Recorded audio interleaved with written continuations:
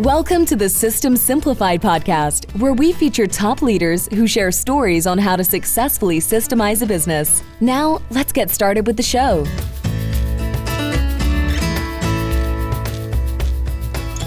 Hello, Adi Klevit here with the System Simplified podcast, where we interview top founders, entrepreneurs, and thought leaders about systematizing a business. And this podcast is brought to you by Business Success Consulting Group. At Business Success Consulting Group, we create custom processes and tailor-made business systems for businesses to thrive and grow. And today we have Eric Albertson. I'm so excited to have you, Eric, on my podcast. I'm delighted to be here, Adi. Yeah, thank you. So Eric is an EOS implementer, but he's really, I refer to him as a business growth guru because it's kind of like touching everything that he touches turn into gold with a business in terms of making businesses grow. And he has a great resume and experience in terms of helping businesses. And I'll let you do a little bit more of the introduction in terms of your bio, Eric. So share with us. Well, thank you, Adi. So nice to be here. And Adi and I have worked together now for many years. And because Adi has a key solution to my clients' needs that we always get to in the EOS process. So where have I been? I started out owning businesses as early as high school and then through college. And then I went out to the Fortune 500 to see if there was any magic there. Really found out there wasn't any magic. I learned a huge amount about what it took to grow, systematize, and scale things in a deliberate fashion. But my heart was really in small businesses. So I went back to the other side of the river, if you will, and around small businesses, happened to get into one that I was a part owner of that became an Inc. 500 number 89. And before that, I turned around a number of businesses and grew them roughly 5 to 10x. And really, it was some of the most fun I had in my life. And it seemed very straightforward to me what needed to happen. And so after I sold out of my share of the Inc. 500, I went off and did consulting. And finally, one day I ran into EOS, and it was really what I've been looking for my whole life, actually. I stopped doing everything else. And for the last 6+ years have solely devoted my energy to EOS. So this is, as my wife would say, this is my retirement gig. She wishes it was more retirement than gig, but this is what it is because I love it. So that's right. And because Eric is so good at what he does, he definitely has a lot of clients. So that's why the retirement is a little bit of a working retirement. So that's right, on the back burner. So Eric, let's tell our listeners, in case they don't know what EOS is. So what does EOS stand for? And a little bit about EOS. So EOS is the Entrepreneurial Operating System, and there are a series of books that have a 360-degree perspective on it. But the capstone book is a book called Traction by Gina Wickman. And Entrepreneurial Operating System just says there are really 6 key components that make any business strong, able to grow, able to be healthy, and able to scale without limit. And those really are clarity of vision, having the right people in the right seats, having good data to mark the journey to that vision, having a way to handle the inevitable issues that crop up over and over again, the processes that help that business operate smoothly, predictably, and profitably, and then traction, just what do you do to take incremental steps towards that vision outside of just being overwhelmed by the business as usual. And so that's kind of what it's all about. And an EOS implementer just gets people from being about 20% strong in those 6 key components up to where they're 80% or greater on a sustainable basis. And then their businesses just grow. As many of my graduates say, they become a Swiss watch that kicks out happy clients, happy employees, and lots of profit. So that's the deal. Great. So now, if people want to reach out to you and talk to you, what's the best way to contact you? Well, my website is just ericalbertson.com. And so there you'll be directed to contact my admin, the world famous Jill Barrett. And her email is jill@ericalbertson.com. And she'll get you on my schedule because, Adi, I follow my own processes and she owns my calendar other than same day. And so other than that, I don't even try to schedule my own calendar. In fact, my wife schedules through my admin because it's easier. That's right. So definitely you follow your own processes, and you are definitely an expert in terms of using an assistant and delegation. So that's just because we touched on that point. So tell us a little bit about that process on how you work with the assistant, with your assistant, with Jill, which is amazing. So tell us a little bit about how you utilize that in order to be able to delegate and not doing everything yourself. Sure. So happy clients really resolve around them getting what they need when they need it, great communication, and having their expectations met pretty much without fail. And part of the way we do that is everything that we need to intersect the client with, or at least at the 20% that drives 80% of the results, is a written, constantly reviewed and enhanced process. And so when from the first time I encounter somebody that we believe fits our definition of an ideal client, we go into a series of steps, some of which the client sees, some of which happen in the background, so that what the client sees is good and as we intended it. And we just go through the qualification process. Assuming they qualify, they go through a 90-minute meeting for the senior executive team. Then if they decide they're going to move forward, we have a series of sessions, 13 in all, that they do with me before they graduate. And every one of those necessitates certain communication. And then in between sessions, they have questions that they want. And the good news is Jill is truly a master of EOS, and she answers probably 80 or 90% of the questions. And she leaves and discerns the ones that only I can answer and gets me connected.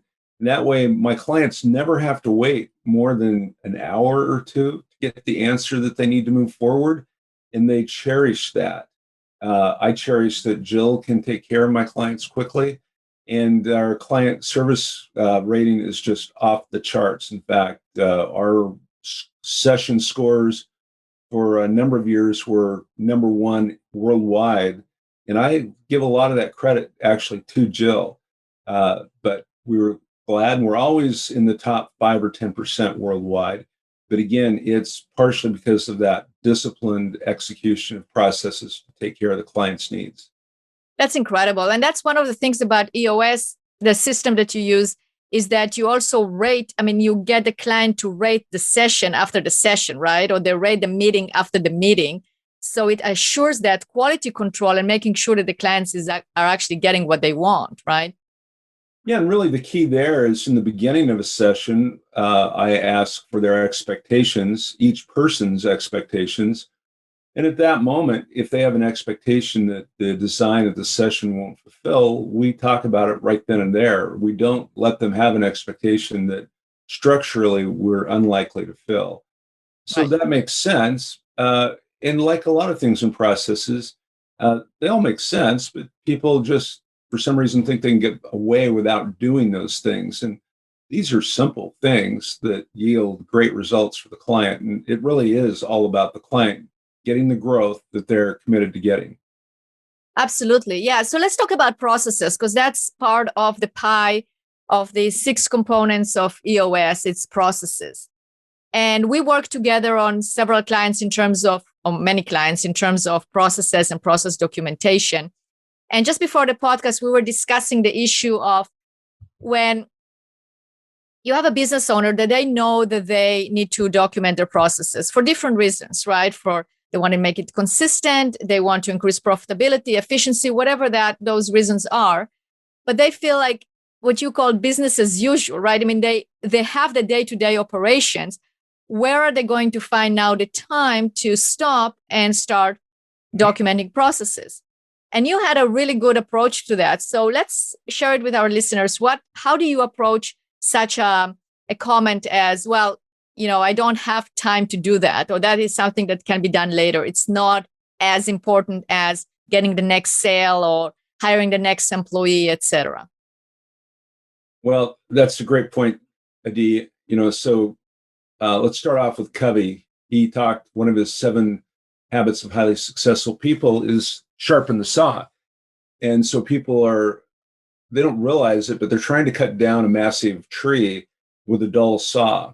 And if you take time and leisurely sharpen that saw blade, you'll cut the tree down faster than the guy that doesn't stop. So there's one metaphor for the whole thing.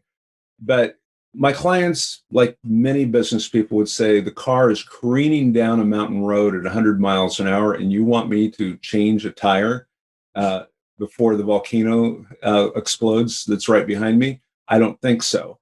And that's true, yes and no. And what we do is every quarter, a client has a series of priorities. Hopefully, some of those are oriented towards what they said they were committed to getting done that year. So every quarter, we get clear on those next big priorities for the upcoming 90 days and what's going to make the biggest difference to that business, both in the near term and the long term.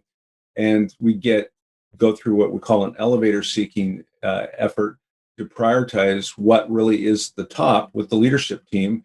And then when it is a process, and processes are always in the top 3, we get clear on that. And then we go right into that elevator seeking thing all over again and say, okay, well, where is the process that's costing you the most? And it's not hard to find because we just ask the question, are you getting all of the marketing leads that your sales team needs? Yes or no? Are you getting all of the close? Are you getting the close rate at the right dollar amount that sales needs to make their targets? Yes or no? Is operations really fulfilling what sales and marketing is bringing in? And is finance really making sure that we get our reports out on time and that we have enough guidance to be profitable in a growing way?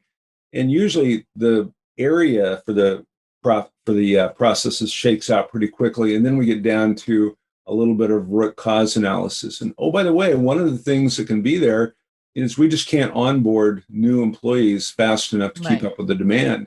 And oh, guess what? The number one way to onboard someone quickly and successfully and not be dependent on any one employee in a role is to have what? A great process. That's right. And so pretty soon they begin to bring all these process opportunities to the top of mind. We look at the first one as the one that's costing them the most or most strategically threatening or the most tied to realizing a 1-year and 3-year objective.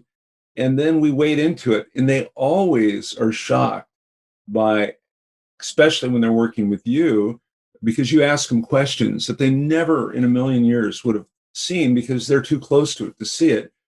And they're stunned by how much better, smoother, more predictably, more profitably that aspect of the business operates and how they're not dependent upon some magic from one employee all of a sudden. And they feel like they've just gotten out of prison in some ways. They're free and things start running. They go, that was so good. Let's do it again. And that's right. So it goes. That's right. And there's also the concept of, the savings, the money that they will save, or the more they will get, they will be more profitable. But it's also the time that they gain. That using that time in order to actually do more profitable activities, that is huge, right? Well, and one of the most profitable activities that doesn't fall into most people's initial concept of profitable is all of my owners tell me, if I could just take a 3-week vacation and come back and everything was as good or better than when I left it, I'd feel like I died and gone to heaven.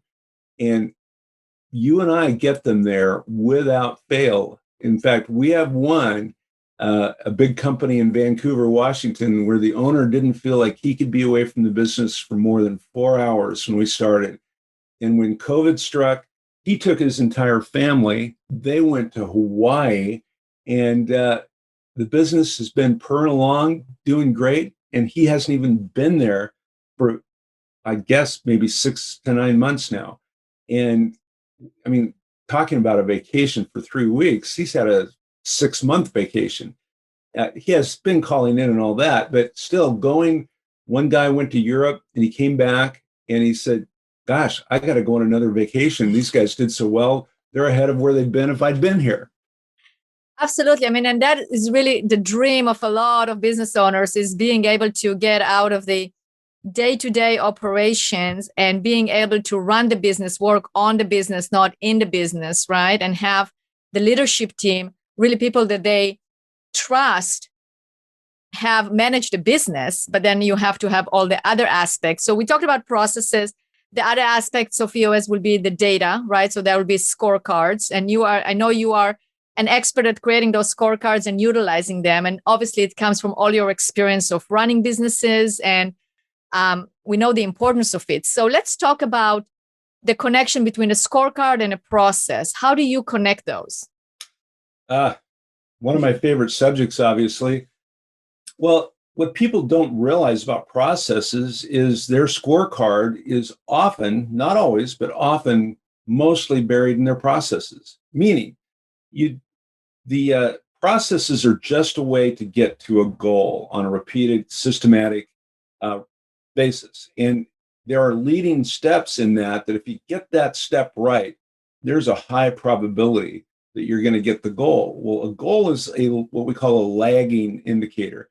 Once you're there, either you made it or you didn't, but it's a measure of degree of having made it. And it's too late. You can't change anything. It's either made or it's not.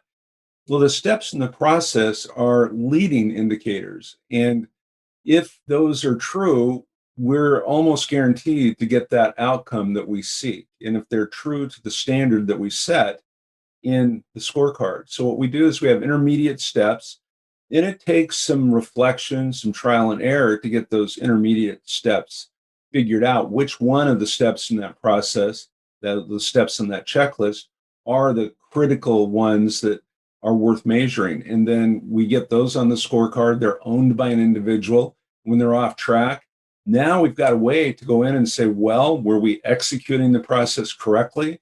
Did the process break? Did we have a person that wasn't really trained to execute that process? Or was the person just slacking off? And we need to talk to them about adhering to the process. And so really the bulk of our scorecards that tell us, are you going to get where you wanted to go, come out of great processes.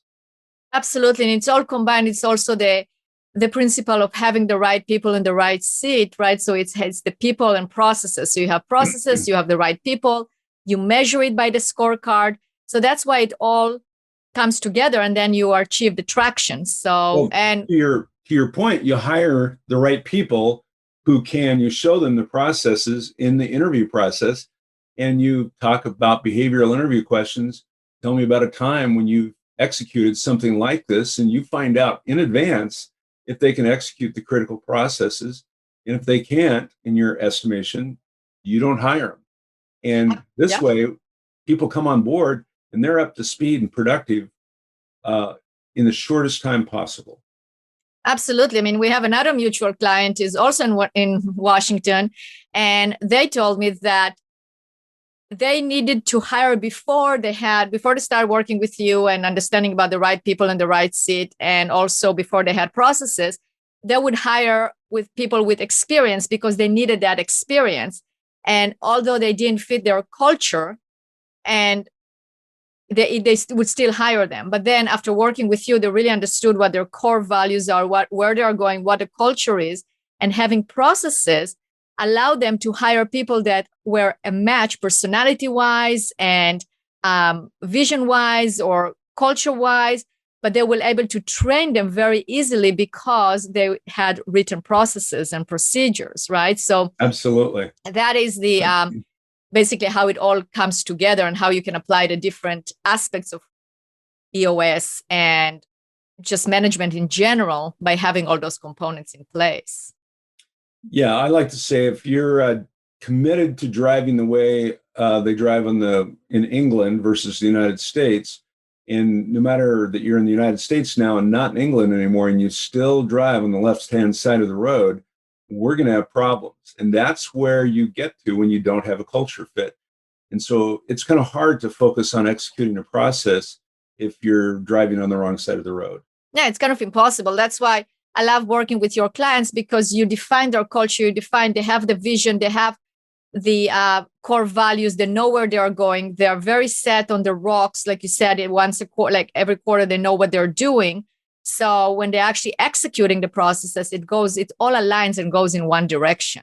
So that makes it very simple. Well, so Eric, I know you, go ahead, sorry. One very brief thing, and that is when the business owner is ready to retire or sell the business, a business that's built on the back of good process discipline is worth much more. And my clients that have had exits that exceeded their industry norms every single time because of that process work and EOS. Absolutely. And I would say that the time to do that is a few years before they want to exit, right? At least 3 years. That's right. So the 3 years. So for those for our listeners that are listening to us right now and you are thinking about selling the business, definitely contact Eric because he can help. So definitely, again, it's Jill at ericalbertson.com. That's right. So they can experience talking to the wonderful Jill and schedule the 90 minutes with Eric. Eric, you have something that phone call. The what? Or just a phone call. Just a phone call. Yeah, we love phone calls too. Absolutely. Eric, there is something that you always say to people, to business owners that think that they can't really systematize their business because what they're doing is so unique or they have so many variations. So there is no common denominator. And you have a great way to address that. So what do you usually say? Well, you're going to have to remind me. What do I say? What do you recall me saying? Well, I said, if you can make it into a process that you're not really doing it, right? There is not really.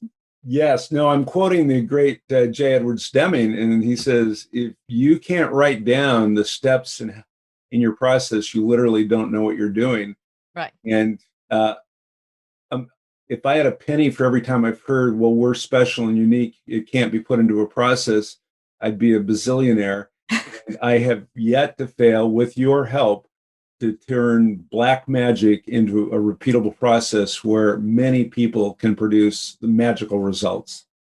Absolutely. And I think where it starts, it's really, it can be a daunting task because you're thinking about process, putting into a process. I mean, well, the process exists because people are doing something. That's why I tell people when you are doing it day in and day out, you have a process. It's just not documented or not identified. Right. You just don't know it. Exactly. And then you feel like it's a confusion. Like, how do I actually systematize it? How do I put it together? And you have to go through the process of creating processes. And at the beginning, it looks like it's a whole confusion, but then we put the different points in place and it becomes less and less confusing until it becomes this orderly way of doing things.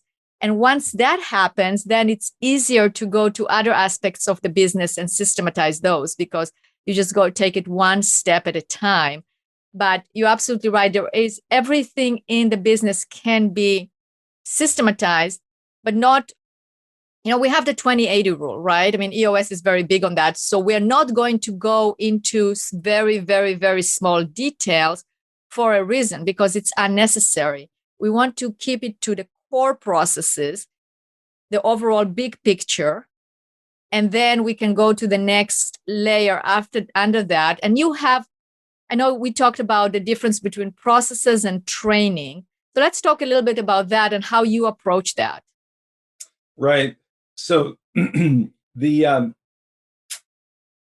one point that's critical is every time we get a process down, it makes significantly more room in the business to be able to do the next process. So that's the first thing. And then when we get a process down, people think, well, this is going to constrain my creativity. And the irony is it's going to truly, for the first time, usually unleash your creativity, because the things that have to be done the same way all the time get done. And that leaves you time and energy to do the innovative when only the innovative will do, which is for some businesses quite a lot. And then we get down to the piece of we get to the training, and almost when we really understand the process, it's almost like we build the training first, and because we outline everything, get into the detail, and then the outline of all that becomes clear. And that is at least the first step in the training in my mind's eye today. Then we have our checklist that emerges from that. That is the process that people can check off, follow day in and day out. You use Suite Process, I believe, currently. My clients love Suite Process.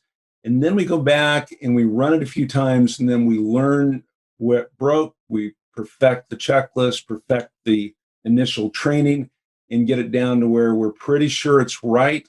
And then we document it, and then we actually train people to use it, onboard people to use it. And there is no training, no process that is set in stone.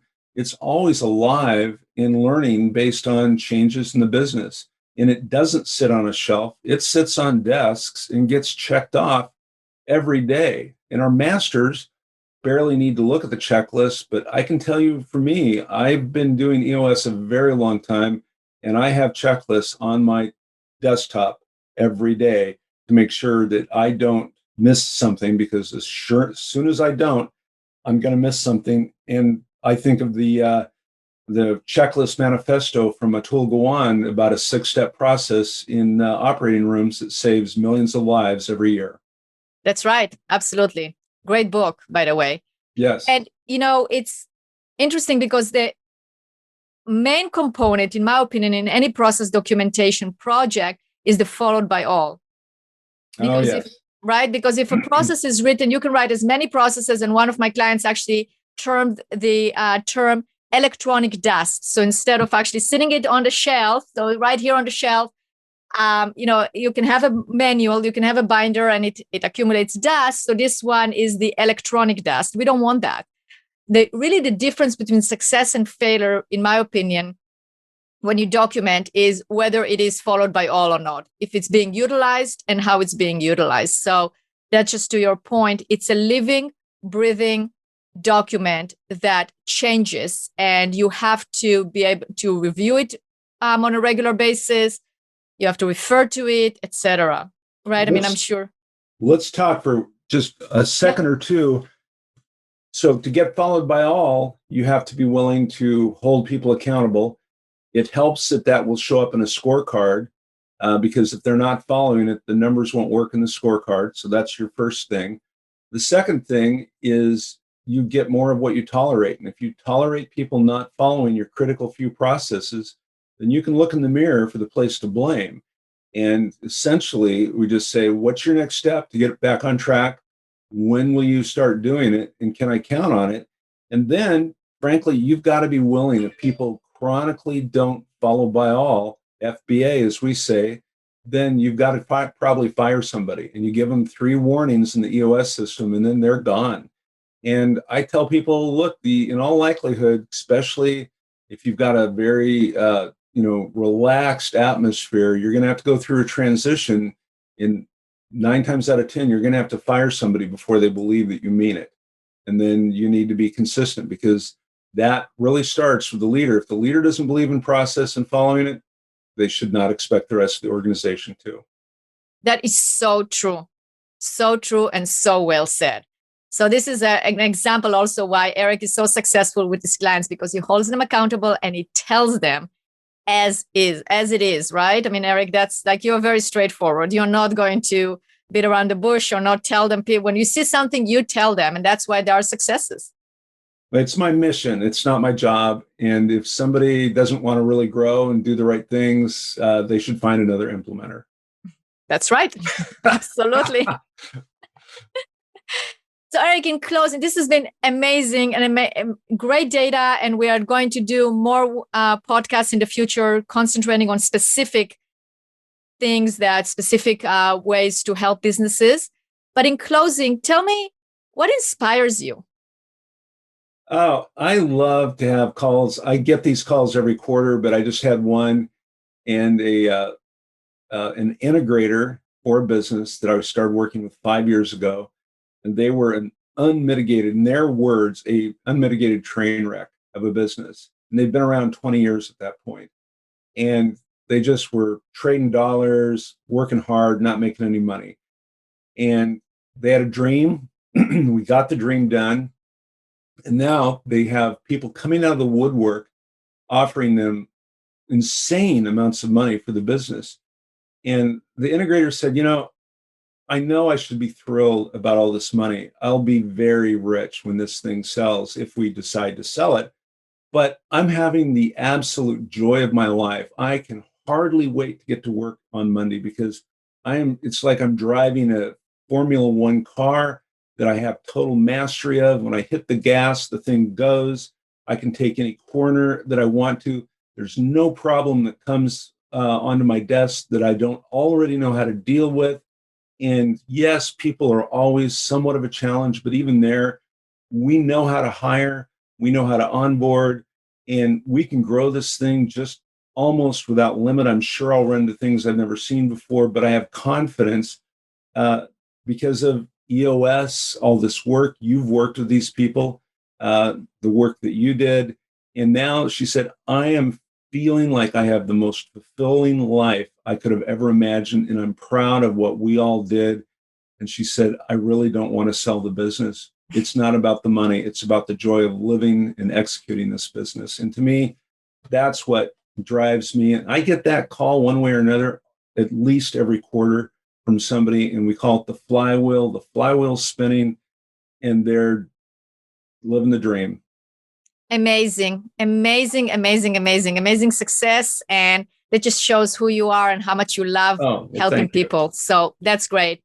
Eric, it's been a pleasure having you on my podcast. Thank you so much. Always a joy to be with you, Adi. Take care. Bye-bye. Okay.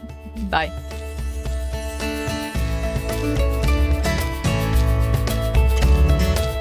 Thanks for listening to the System Simplified podcast. We'll see you again next time, and be sure to click subscribe to get future episodes.